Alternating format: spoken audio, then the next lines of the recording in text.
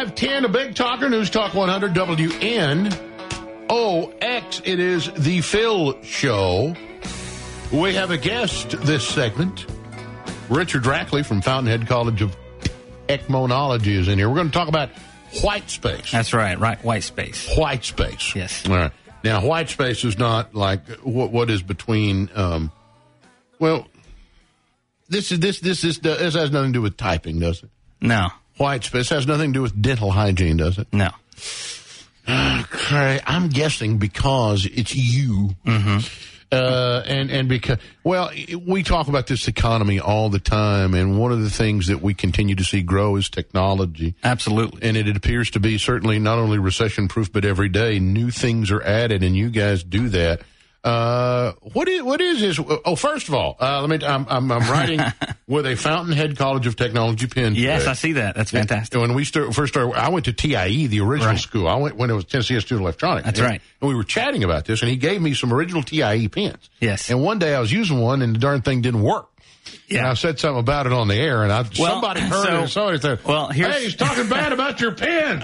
You have so many listeners. First of all, that I'm sitting in a conference in Phoenix, Arizona, and just seconds after you say that, apparently, it makes it to certain people, and my BlackBerry just goes crazy, and I'm being told, "Hey, they're saying our pens don't work, and they're saying this and that," and I'm like, "It's just a pen, folks. It's okay." You know, I've been on live TV and live radio enough to know that sometimes you say stuff anyway. Yeah. Well, so I thought, how can I milk this for some more?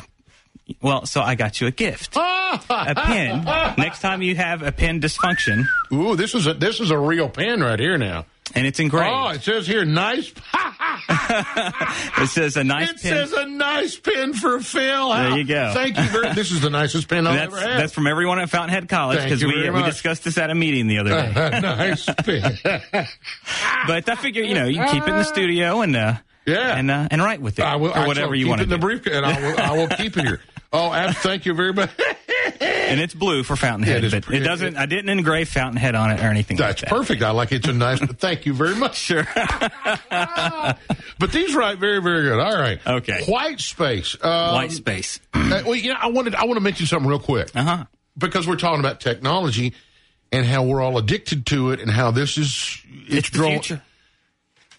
When the president-elect, I won't say he's a president yet, when Barack Obama takes office, he has to turn in his BlackBerry. Okay. It's true. He has to turn. Hang on, I have it here. I'm going to find this somewhere. He'll probably get a better one. I don't think the president gets one, because he probably gets a person that has. Yeah, he gets all sorts of. Yeah. All right. Anyway, it's the Presidential Records Act. This is a piece of legislation which puts any correspondence the president has into official record, makes it public, including any personal emails or text messages President write. As a result, recent presidents, and I guess President Bush, if he stayed off of email altogether, he can't use email while he's in office. Right. And why is it a big deal? Well, it's your BlackBerry. Yeah. It's your self. It flies all over the place. It goes everywhere, and you can scroll down through here and play with this thing. Hey, honey, what are we having for dinner? And somebody could hack it, and Michelle could say, hey, not tonight. I've got a headache. Or it could get Palined. I've kind of started using that term when people get their email hacked. Well, it's not really even a hack, but when you have enough data about yourself on the web, someone can look and see where you went to high school and figure out your mother's maiden name, and they can hack your email or get your secret question. And so I'm calling that getting Palined. I like it, getting Palined. All right. Yeah. Back to Whitespace. Let's give us the definition of Whitespace and how this is going to affect us. Yes. Well, Whitespace is the part of the spectrum, the broadcast spectrum, that is a buffer zone for analog TV broadcast.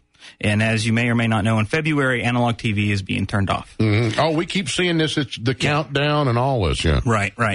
So there's really no need to have this buffer space anymore.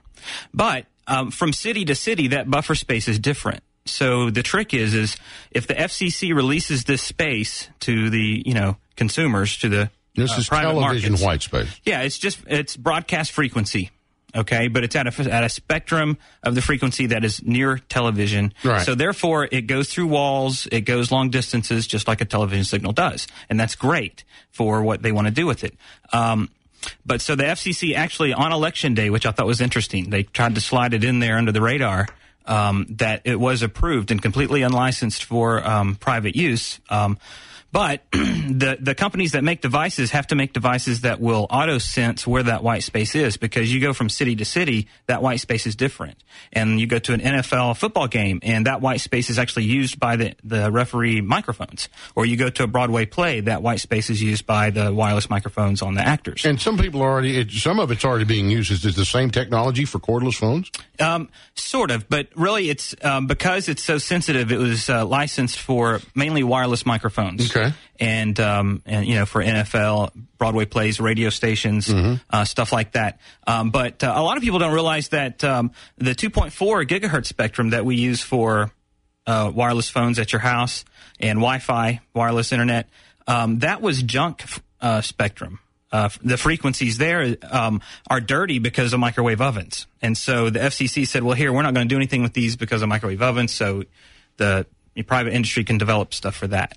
So here we're actually getting frequencies that aren't junk. These are clean frequencies. These are clean, and they go like 50 miles. And so we're going to have a whole new set of products and devices that are going to be introduced into the market over the next several years that's just going to blow everybody's mind. They're going to do things that we haven't really thought of doing before, because everything's going to be digital, so it's going to be more efficient to transmit and receive. Everything's going to be optimized for this platform. It's kind of like a whole new platform.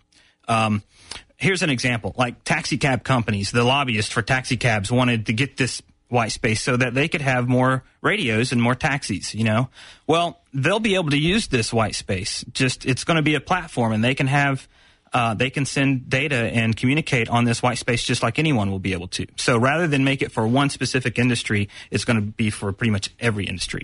Now, do you have to have a license to use the white space? Well, it'll be what I've been reading is that companies like Microsoft and Dell and Motorola have been submitting products to the FCC for licensing. And once it's licensed, then they can sell it. So some devices will be coming out next summer. At some point in the near future, you'll be able to get wireless internet access pretty much anywhere in the United States through this service. It'll probably be priced a little bit above a cable modem, but probably a little bit less than like a satellite dish internet access. So it'll be just a big giant network. If you're within a TV station's signal, exactly, you should be able to get wireless internet. Right.